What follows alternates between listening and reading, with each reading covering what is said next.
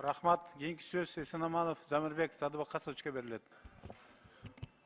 Урматтуу төрага, мен бир маселеге көңүлүңүздөрдү бурайын деп жатам. Ар кандай шарттар менен миграция маселеси болуп, биздин жарандар сырттан дагы ички миграцияда болуп, Чүй областына келген. Ушул жерде бир пример. Чүй областынын Московский районунда село Садовый деген айыл бар. Ошол жерде жашаган калктын мага кайрылган нерсесин жеткирип коеюн деп чечтим.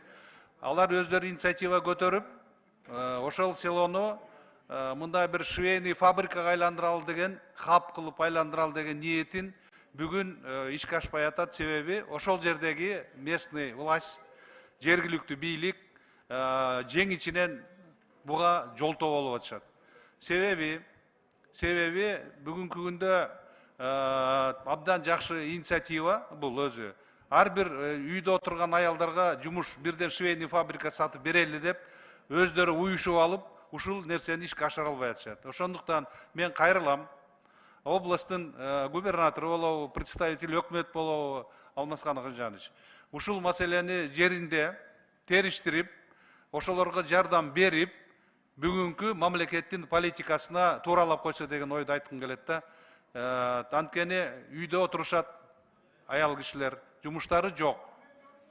Алар ошол Садовый айылында почти ар бир үйдө теплицаны орнотуп, теплицаны жасап, бүгүнкү күндө Бишкек шаарына продукцияларын поставка кылып атат.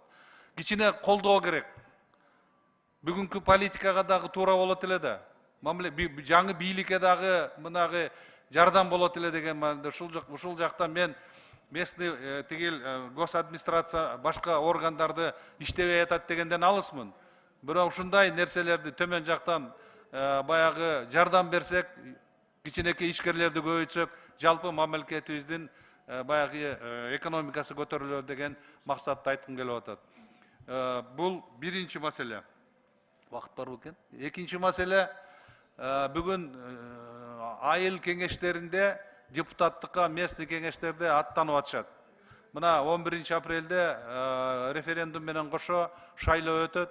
Ушул жерде мына бүгүнкү биздин президентибиздин жаңы политикасы бардыгын закон бузулбайт, баягы илгеркидей форма 2 болбойт, сатып алуу болбойт деген талаптарды, таза өтөт деген талаптарды иш жүзүнө ашырууда бир нерсе болуп атат. Айыл-айылда чогулуп алышып чыга турган, мисалы аял кишилерди, кээ бир кандидаттарды сен чыкпайсың деп чыгарбай.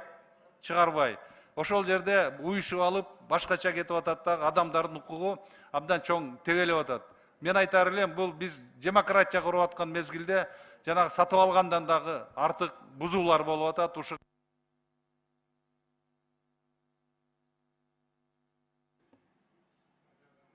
Замир Садыбакасович, кошумча вакыт берилет, регламент эме болуп калат. Туура түшүнүңүздөр. Рахмат.